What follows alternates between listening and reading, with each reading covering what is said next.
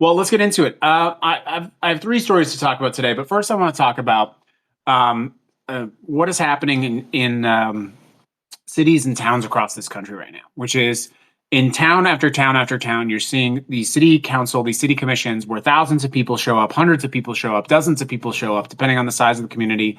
And all of these people show up and they say, we do not want these data centers. Please do not put these water sucking, pollution ridden data centers or communities. They scream, they chant, they bring signs, they pack these rooms, sometimes for hours. I saw one on the East Coast that's 27 hours long. 27 hours of feedback from the community, and they still rammed through the project anyways. And I think one has to ask the question, what is actually happening here? What's going on in these communities when the community shows up and they say, we don't want this, and it happens anyway? Well, I would propose to you that it is the evolution of democracy. And the first step here is regulatory capture. So regulatory capture is not just a theory. It's been peer-reviewed for literally decades. And that's the idea that you have an agency like the EPA, which is designed to protect the environment. You have agencies designed to regulate water, for example. And the industry, the corporations, realize that it is cheaper to just plant themselves inside of these industries than it is to try to work around their regulations. So they hire former regulators to lobby for them, or they pay campaign contributions to politicians, some seemingly expressly to put them in positions of power to then nominate people into these agencies who will gut them, strip them of their power, or just become a lapdog for the industry. And so you have an industry that, for example, is designed to protect you from water abuse that ends up pumping out contract after contract after contract to data centers sucking water from the ground. And that's regulatory capture. And again, it's happening in almost every significant government entity, not only in the nation, but locally. You're seeing that now. City councils filled with people who are willing to watch thousands of their community members say, please don't do this, and who then ultimately do it anyway. That is actually something called inverted totalitarianism. So I would posit to you that the United States has moved from a democracy to an inverted totalitarianism. And that is, if you think about a totalitarian country, that would be where the government essentially tells companies what to do, complete control, that kind of thing. In inverted totalitarianism, you have basically companies exercising that power and pulling the levers of power on behalf of the government. And so you don't need them to have, complete control. You don't need them to be stopping elections. You still have elections. You still have city council meetings. You still have board meetings, all those things.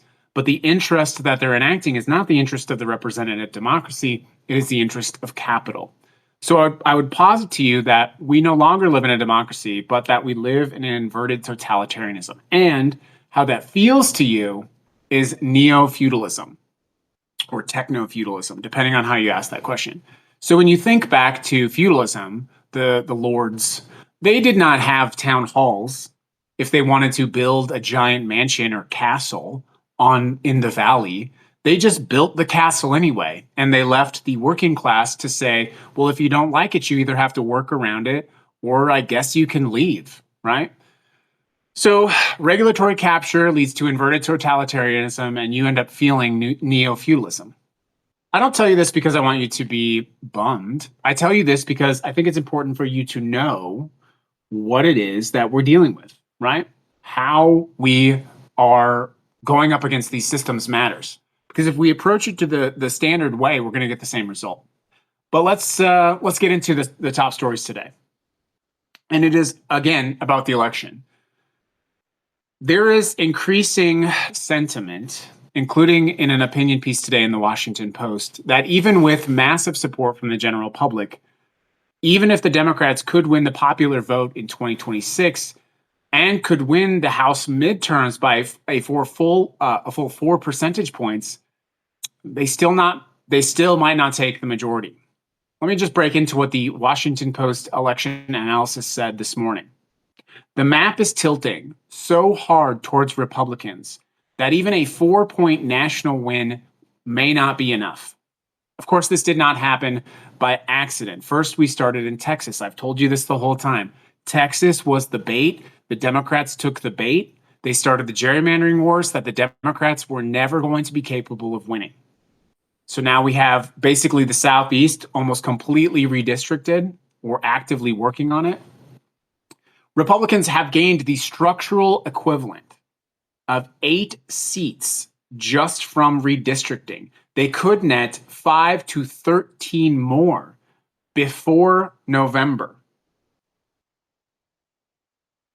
So Democrats need a wave, a blue wave, as they often say.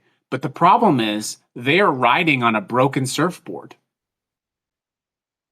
Obviously, the national mood is furious. The approval of the administration is in the low 40s or mid 30s. They are running up the board in special election, but again, the Republicans have successfully tilted the map so overwhelmingly that even a +4 percentage in the midterms may mean ultimately nothing. So what do we do about that? Well, we need to be engaged in our local elections. I can't predict the future, obviously, with elections, but I can tell you what I have consistently told you for the last year. Our power systems and power structures have to continue to build at the local level, at the community level. Start where I started today. Even with city governments, even with city councils, thousands of people will go into these meetings. They'll say, please don't build these data centers. And they build them anyway. Let me tell you about how this impacts people at the ground level. I want to talk to you about this 4th grader. You might have seen this. His name is Christian Mango. He wrote a persuasive essay for school. The topic of his essay was simple. He researched electric vehicles and he made arguments citing facts in the research that he conducted. And he did what his teacher asked him to do, which was to mail that essay to someone in power. This is a really disgusting story. So he picked his congresswoman, Virginia Foxx of North Carolina. Congresswoman Foxx is 82 years old. She's been in Congress since 2004. She used to be a teacher, by the way. She was a college president. She literally chaired the House Committee on Education and Workforce. And so this young child mailed his essay about electric vehicles to his congressperson. And he asked Virginia Foxx to consider a $5,000 tax rebate for electric vehicles. Congresswoman Foxx wrote him back. She told him the federal government's money comes from taxpayers and sent him 6 articles about the disastrous record of climate change policy. She told him this, by the way. She told him that he and his classmates would be personally responsible for the national debt by the time they were in their 20s. And then she wrote, and I want to make sure you understand, this is a direct quote to a 10-year-old. She said, incidentally, please ask your teacher to explain propaganda to you. While I may never be able to know you, my guess is that your teachers will not give you a good educational experience and help you to learn, to think, and as they are too interested in indoctrinating you.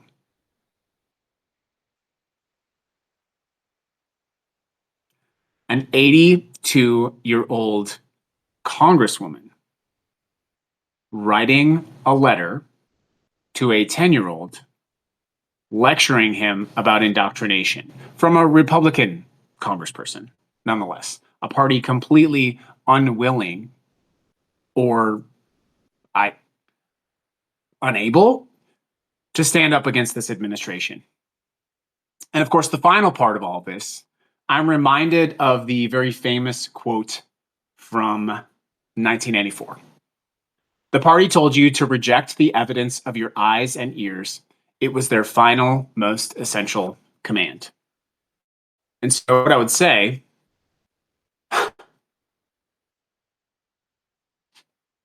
44%.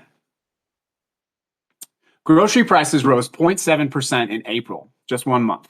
That's the biggest single month jump in nearly 4 years. Overall inflation hit 3.8%, which is the highest in almost 3 years. March was actually okay. Prices fell 2% at the grocery store.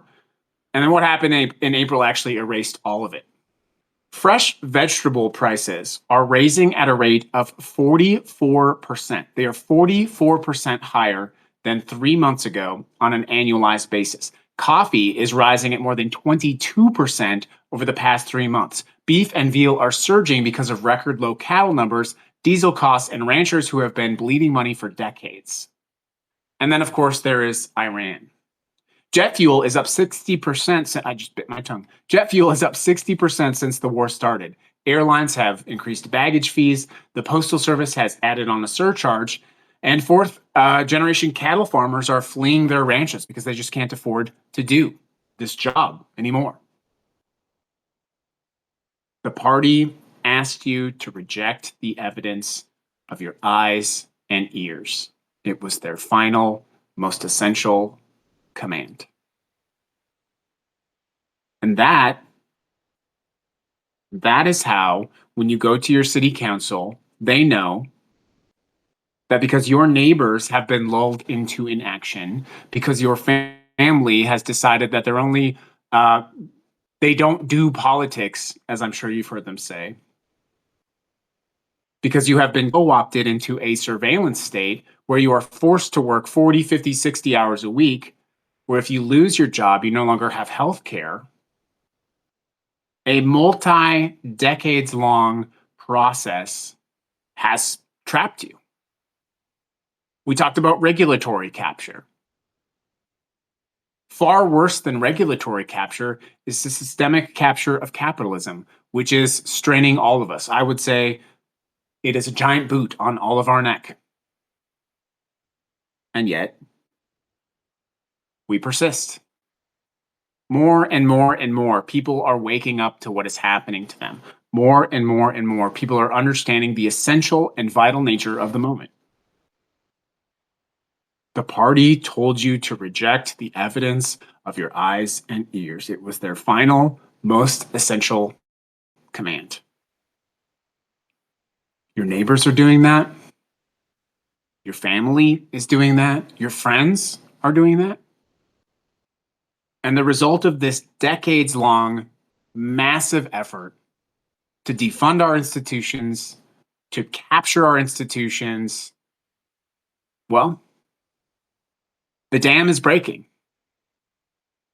It's cascading, you might say, all in front of us, town after town after town, being overrun by data centers, their infrastructure being destroyed, their air being destroyed, their water being siphoned from the ground. I saw a data center secretly took 30 million gallons of water from a community. They only found out about this, by the way, because one day they tried to turn on their water and they had no water pressure. So they investigated and they found out that this data center had literally stolen 30 million gallons of water.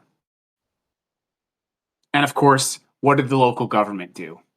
Oh, please don't do this again. And what did the business do? Well, you can't stop us. Think about all of the jobs. Think about all of the money. The average multi-billion-dollar data center has 40 to 50 jobs, 40 to 50 people working there. I saw a report where this data center had 69 employees. Of the 69 employees, 27 of them were security guards and janitorial. Just be very clear, there's nothing wrong. That's good work. But it is not the massive economic development that these companies promise us all of the time. And then there, of course, is the over-policing, the surveillance economy. You're being tracked everywhere you go right now, which makes it harder for you to talk to your friends and family, which makes it harder for you to feel safe saying, I don't support this. All over the country, police are making it more difficult for you to protest, for you to use your voice. They are militarizing our police. And when it is not the police, of course, it is ICE or DHS or the FBI invading the homes of journalists who report honest and factual information about government officials. Yet, we are still here. I am still here. This is the Ignition News. It is May 13th. We're almost halfway through the month of May. We have survived 18 months of increasingly inverted totalitarianism. We resist stronger. We build stronger networks and communities.